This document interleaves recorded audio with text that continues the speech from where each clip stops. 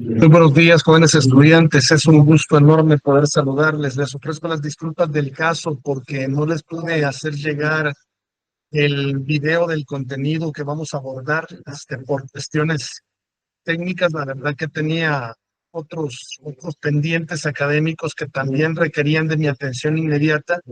Pero bueno, vamos a tratar de trabajar sobre el desarrollo del contenido de esta jornada.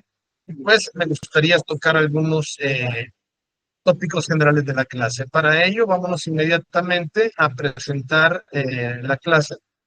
Vamos a presentar la pantalla completa. Vamos a ver si ustedes ya lo perciben en pantalla. Esta es la clase de acá. Entendería yo que sí, efectivamente ya lo están viendo en pantalla. Vámonos inmediatamente. El día de hoy, pues, presento, como ya lo he hecho siempre, los objetivos de la asignatura. Ustedes los tienen en pantalla. La metodología de la clase. Saben que trabajamos sobre un basamento teórico, que es el que yo doy para dar las indicaciones y que su aprendizaje tenga un elemento práctico, ¿no? Y por eso es que habrá un ejercicio que vamos a hacer ahora. ¿Qué tema vamos a ver hoy? Vamos a ver la transición de las políticas sociales en el Estado social. Este tema es importante porque nos va a permitir no solamente generar una exploración del conocimiento previo por parte de ustedes, sino que nos vamos a introducir metodológicamente al tema. Vamos a desarrollar la parte teórica y metodológica a través de indicadores de logros. Y pues bueno, esperamos que se vayan con un aprendizaje significativo que les genere una mejor amplitud en la visión del trabajo social. Para ello, vamos a trabajar con la transición de las políticas sociales en el Estado social. Para introducirnos en el abordaje teórico de la clase, vamos a decir que el Estado social en México ha experimentado una transformación significativa en sus políticas sociales a lo largo del devenir del tiempo. Sin embargo, esta transición ha sido siempre influenciada por múltiples factores. Acá vamos a ver los cambios económicos que ha vivido México, los cambios políticos y sociales, al menos en el último siglo, en el siglo XX. Y bueno, desde esta lógica vamos a pretender analizar de manera clara y precisa esta transición de las políticas sociales en el Estado social mexicano. Pero para ello vamos a destacar los principales hitos y desafíos. Como antecedentes, vamos a decir que en sus inicios el Estado social mexicano se ha caracterizado por un enfoque de políticas sociales que se centran en la protección laboral y en la seguridad social. Es el motor que le da vida a esta dinámica de Estado social. Para ello se implementan medidas como la creación del Instituto Mexicano del Seguro Social, la seguridad de los derechos laborales, pero hay que decir que este modelo se centra principalmente en trabajadores formales. Deja a una gran parte de la población que no tiene un ingreso formal en un estado de vulnerabilidad. Y ahí empieza a dársele vida al tema de las políticas sociales. Hay otro tema que es el tema de la transición, y es que a partir de las últimas décadas se ha realizado una transición en las políticas sociales mexicanas que tienen un enfoque más integral y universal. Ahora ya tenemos un sector de la población que antes no tenía una pensión, por ejemplo, ahora ya recibe un ingreso que le permite subsanar un estado de bienestar. Se busca ampliar esta cobertura de los programas sociales. ¿De qué manera se busca ampliar esta cobertura? A través de las políticas sociales. Para ello, se incluyen a grupos que antes eran excluidos. Se está promoviendo desde la contemporaneidad política la coordinación entre diferentes instancias gubernamentales y se busca fortalecer esta participación de la sociedad civil en el diseño, en la implementación de las políticas sociales. Y ahí tiene una gran labor significativa el funcionamiento del trabajo social. Dentro de los principales hitos que nos permite pensar en este mecanismo de transición de las políticas sociales, vamos a hablar de la creación de programas sociales de transferencia condicionada. ¿Qué son estos programas? Son, por ejemplo, estos programas que buscan reducir la pobreza y la desigualdad a través de la entrega de apoyos económicos a familias que aún están en una situación de vulnerabilidad. También se encuentran estas políticas sociales a las que vamos a identificar como las políticas referidas a la implementación de programas de salud, en donde en teoría, y lo digo en teoría porque cuando usted va precisamente a buscar atención médica a una clínica del Seguro Social, pueden tardarse meses en asignarle una consulta. Lo cierto es que estas políticas de implementación de programas de salud buscan ampliar una cobertura de los servicios de salud, sobre todo para esta población que no cuenta con seguridad social. Y por último, y no menos importante, son estas políticas sociales que hacen referencia a la promoción de la educación. Acá la intención es buscar mejorar la educación y ampliar el acceso a ella.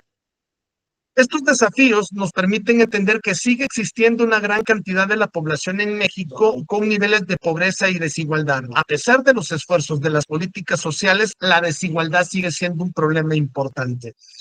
Se requiere o se busca que las políticas sociales más efectivas puedan localizar, focalizar y reducir de manera muy pronta estos problemas. También hay una falta de recursos. Esta falta de recursos económicos es a veces por el mal manejo del erario público que se hace por parte de ciertos personeros políticos en donde hay desvío de fondos, corrupción, etcétera, ¿no? Y esto, al existir más pobreza, requiere de mayor inversión en políticas sociales. Pero si el gobierno no recibe de la recaudación de impuestos ingresos que permitan nivelar esta o este sostenimiento de políticas sociales, pues sí hay un problema. Y el último tema que lo hemos mencionado es el de la corrupción. ¿Por qué la corrupción es un problema? Porque afecta a todos los ámbitos del gobierno. Acá afecta también a las políticas sociales que buscan un mecanismo de control y de transparencia. Pero ¿cómo evitamos la corrupción? Pues precisamente una manera de garantizar que existe un buen manejo del bien de la economía pública, pues es donde el trabajador social interviene desde su faena profesionista. Voy a compartirles un caso que personalmente me permite entender este modelo de transición de la política social para que usted pueda darle respuesta desde su capacidad crítica y reflexiva. Hoy yo quiero platicarles que el objetivo general de esta actividad es que usted analice críticamente el caso que le voy a compartir. Este caso hace alusión a un tema de política social referida al transporte público. En este caso, el transporte privado, los taxis. Vamos a identificar los derechos humanos en juego, los factores socioeconómicos y culturales involucrados y las implicaciones para las políticas sociales existentes. Los objetivos específicos están en pantalla, sin embargo, dentro de los más importantes es que usted pueda identificar y analizar los derechos fundamentales del caso, tanto de la mujer involucrada como del conductor involucrado. Y en virtud de ello, recientemente en el escenario mexicano ocurrió un caso de una mujer de Uber con una falsa acusación en la Ciudad de México. Una de sus frases más emblemáticas fue: avanzas o te avientas 5 años de cárcel. Y este caso fue tan preocupante que pone en alerta la capacidad de razonamiento de las políticas sociales para identificar cuáles son las fallas de las normas jurídicas y de qué manera puede haber una reconversión de la ley para que este tipo de fenómenos no puedan darse. ¿De qué estoy hablando? Los conductores de aplicación realmente están enfrentando distintos retos para transportar a sus pasajeros de manera exitosa. Hay muchas aplicaciones, no voy a decir los nombres, pero pues ustedes ya saben, no voy a hacerles el comercial. Sin embargo, en esta ocasión, la cámara de seguridad de uno de estos transportes privados eh, capta el momento en el que esta mujer está desde distintas agresiones ofendiendo, agrediendo, violentando al conductor, pero gracias a que el conductor capta estas imágenes o estas acciones tan nefastas por parte de esta mujer, es que él permite desmentir las acusaciones que pretendía formular la pasajera. Y es que una cuenta de TikTok comienza a circular un video sobre una pasajera que desde el inicio captamos en el video un hostigamiento hacia el conductor. ¿Por qué? Porque ella quiere que el conductor siga al pie de la letra sus indicaciones y esto ocasiona que el conductor se desespere, detenga la marcha de su vehículo y se niegue a seguir brindándole un servicio ante las violentas agresiones y faltas de respeto de esta mujer. La pasajera acusa al conductor de acoso porque decide no seguir el conductor las indicaciones de ella. Y al darse cuenta que el conductor no seguía sus instrucciones, la pasajera decide contactar al servicio de atención al cliente de la plataforma y reporta al conductor por supuesto acoso. Para fortuna de este conductor, los señalamientos son desmentidos gracias a que todo se pudo captar en un video. Acá nosotros podemos ver, está una publicación de Twitter en donde se explica de manera más detallada esto. Realmente la plataforma desde sus políticas tiene un reglamento y tiene una limitación de responsabilidad porque trata de darle lugar al marco jurídico de la jurisdicción en donde está trabajando la plataforma, ¿no? Entonces la plataforma dice, mi reglamento no va a sobreponerse sobre las leyes del país en el que esté interactuando. ¿Cuál es la pena entonces por acusarla falsamente de acoso? De acuerdo con el artículo 465 del Código Penal, quienes cometan denuncias falsas pueden pasar de 6 a 2 años de prisión y pueden ser multados de 12 a 24 meses si se les imputa un delito grave. A partir de acá, yo voy a compartirles una serie de preguntas que necesito que en una presentación de PowerPoint ustedes puedan darle respuesta de manera crítica, empática. Insisto, ojo con el reglamento de la universidad que hace alusión al tema del uso de las inteligencias artificiales.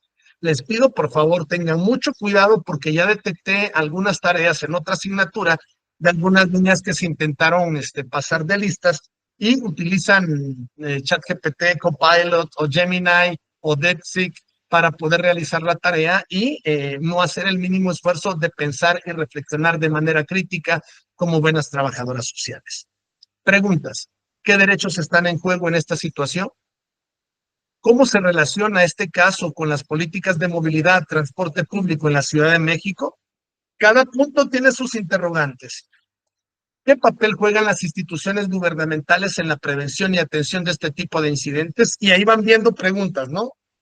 ¿Qué acciones concretas pueden tomar para mejorar la seguridad y la justicia en estos casos? ¿Cómo influyen los factores socioeconómicos y culturales en esta dinámica de este tipo de incidentes? ¿Existen desigualdades sociales que pueden estar contribuyendo a este tipo de situaciones? ¿Qué implicaciones tiene este caso para la profesión del trabajo social? ¿Cómo pueden los trabajadores sociales abordar este tipo de problemáticas desde su práctica profesional? ¿Qué propuestas de políticas públicas podrían plantear ustedes para prevenir y atender estas situaciones similares en el futuro? ¿Qué actores sociales deben incorporarse en el diseño e implementación de estas políticas? ¿Cómo podemos fomentar una cultura de respeto y denuncia ante este tipo de incidentes? ¿Y qué papel juega la educación y la sensibilización en la prevención de la violencia y la discriminación? Conclusiones de la clase. Pues bueno, entender que el poder analizar esta nota periodística nos invita a que como trabajadores sociales analicemos críticamente, uno, qué perspectivas se incluyen y cuáles se omiten. ¿Por qué la mujer puede ser capaz de denunciar falsamente? Si el conductor de este vehículo no tuviese la cámara, este hombre hubiese pagado una pena de 5 años, como decía la mujer, ¿no? La segunda arista de análisis es cómo construimos la narrativa del incidente. Para ir más o menos ya cerrando, decimos que intentamos desde la palestra docente que ustedes puedan investigar sobre estas políticas sociales relacionadas con los problemas de transporte público, de la seguridad y de la igualdad de género en México. Además, les exhortamos a que puedan promover desde este ejercicio que se convierte en tarea, puedan promover un debate en el que puedan compartir opiniones y análisis sobre el caso expuesto. Mi nombre es Herbert Oliva, las indicaciones básicamente son las mismas, tienen un día y una hora para entregar la tarea, preparen la presentación en PowerPoint canalizando las respuestas de manera crítica, los elementos de evaluación están en la rúbrica y probablemente, si el tiempo nos permite, vayan preparando la presentación porque más de alguno le tocará exponerla. Si alguien decide hacerla en Canvas, saben que deben de subir el archivo como PDF y recuerde subir en el orden establecido el número de tarea. Es decir, si ya subimos tarea 1, la siguiente es tarea 2. Si ya subimos tarea 2, la siguiente es tarea 3. Y así sucesivamente. De mi parte es todo. Un fuerte abrazo y les deseo que tengan una excelente jornada académica. Hasta la próxima y que Dios les bendiga.